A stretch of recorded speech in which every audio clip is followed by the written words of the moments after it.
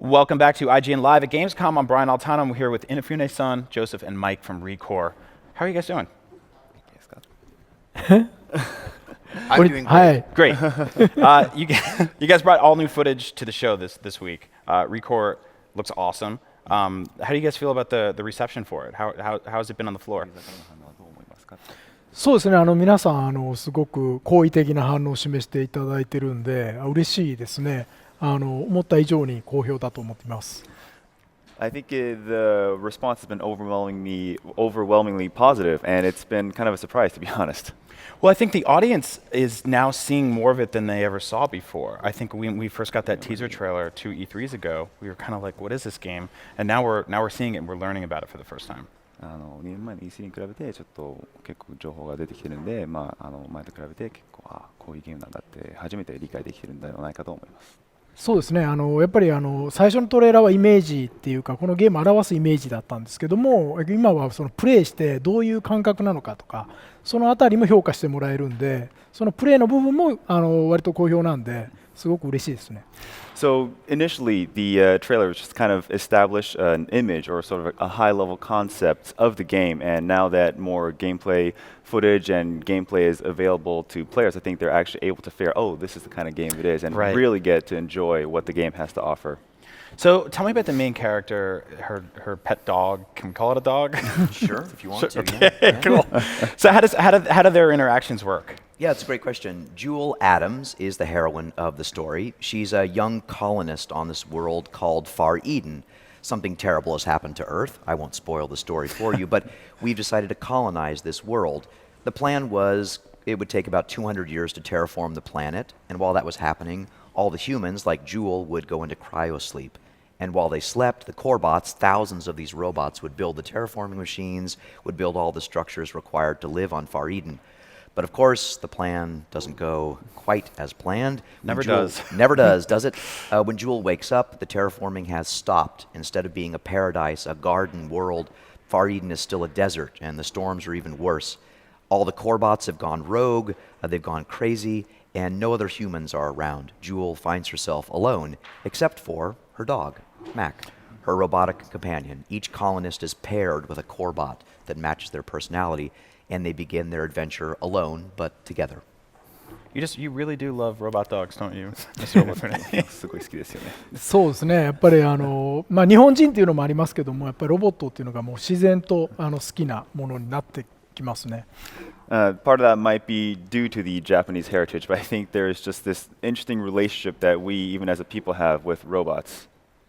So one of the things I'm really appreciating about this game, the more and more I see it, is it's a lot more vertical than I thought it would be. There's a lot of strange, bizarre platforming elements that we're seeing here especially. Just getting around the environments is really fun and quick and cool to watch. How did all that come together?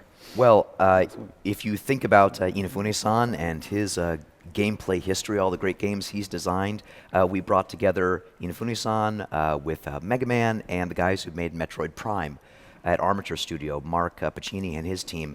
If you think about ReCore, it's really a modern take on those classic action platformer games. So it's fast, it's very fluid, but it's in this great, beautiful engine, fully realized as a third-person action game. On top of that action platformer, we have RPG systems layered on top of it. Very deep crafting systems. So you can customize your core bots, Mac, the dog, and all the other characters to make them exactly how you want them to be.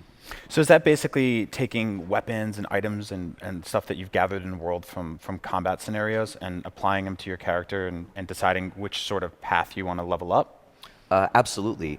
Jewel, actually, the main character, has very few ways to upgrade her. You can upgrade her weapon, you can raise her level, her combat power, but we put most of the customization on the core bots themselves.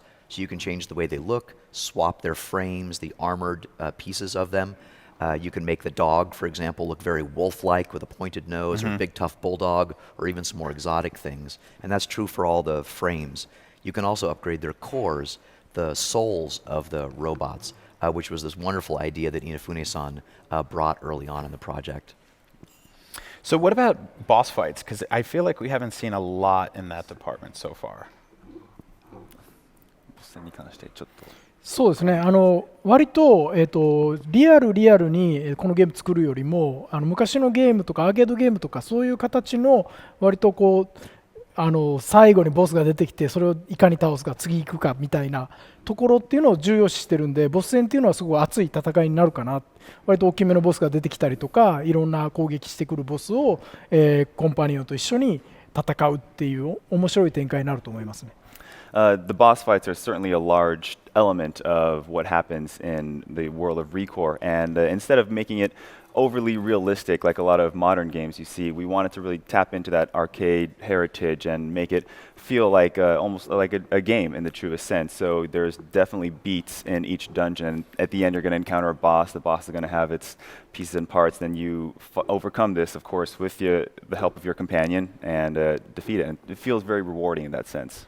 So you said dungeons. Now, how does this sort of game flow work? Are there different levels? Can you play them in different order? Are you sort of funneled through one path?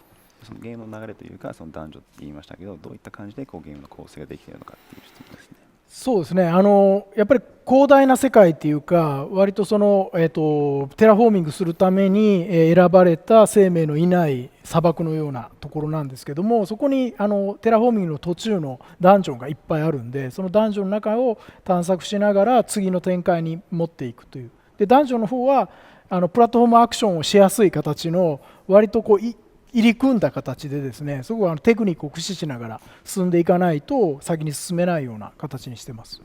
So the world is very vast, and given what Joseph said about the terraforming effort, there's certainly a lot of desert scape that you're going to see throughout the world. So there are these large open areas and hubs, and how you decide to proceed through it, there are different dungeons which are planted throughout these places, and how the player goes to it is kind of up to them. But once you go into the dungeon, that's where the real sort of platforming action begins, so to speak, and we were able to design a lot of levels within this dungeon space.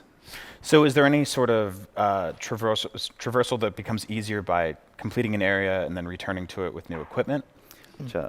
Yeah, I'll jump in.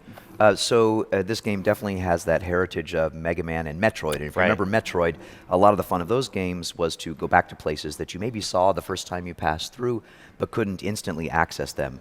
It turns out in this game, ReCore, that the way to reach a very high rocky plateau where there might be a dungeon entrance will be with your spider, Corebot, who can crawl up these spider rails. Now, you won't have the spider at the beginning of the story. You only unlock him later. So there are definitely places in the world that are filled with secrets and hard to access places. And it's that fun sense of replay, going back to places you've been through, thinking, oh yeah, I remember that spot. You know, now I got the tool to get up there. Which is something that I think, Inafune, you played with way back in the day with the original Mega Man games. If it was just a one-up or an item or something like that in the upper corner, what's it like bringing in the sort of sensibilities that the Metroid Prime team has? 多分以前メガマンの時代でもそういうのいろいろ実験したそのワンナップがこう遠いとかのところに置いてあるだけだな、それをメトロイドプライムのチームで一緒にこうまたこうやることに対しての感想というか。そうですね、マークたちのそのアマチュアのチーム本当にいいチームでこっちの意図をすごく組んだ形で自分たちの個性を出してくれるっていうところがあるんで、本当になんかこう説明をいちいちしなきゃいけないとかそういうことはなくてですね、本当やりたいことをお互いがやれるっていう形でいい形でこのリコアは作れてますね。I think it was an absolute pleasure working with Mark's team at Armature, to be honest, because they really kind of understand us on a very deep level. And I think we have this level of respect for each other, so I don't have to explain everything we want. We're just kind of like, hey, we want to like this, and whatever they give back to us is pretty much exactly how we want it. So even those little elements that you mentioned and working with him has been an absolute pleasure. Excellent. So when can people play the game? Well, it comes out in Europe starting September 16th and September 13th in the United States. And it's the first Xbox Play Anywhere title. So the great thing about that is if you buy it on Xbox One, you can play it for free on your PC, Windows 10 PC. If you buy it on Windows 10 PC, you can also play it for free on Xbox. That's excellent. And that is just what, two weeks away. That's nuts. Yep, so close. Very close. Congrats on finishing the game. Good luck with everything. Thank you guys so much. Right here on IGN for Gamescom, we'll be streaming all week long. So stay tuned. Watch us play games. Watch us talk about them. It's a good time.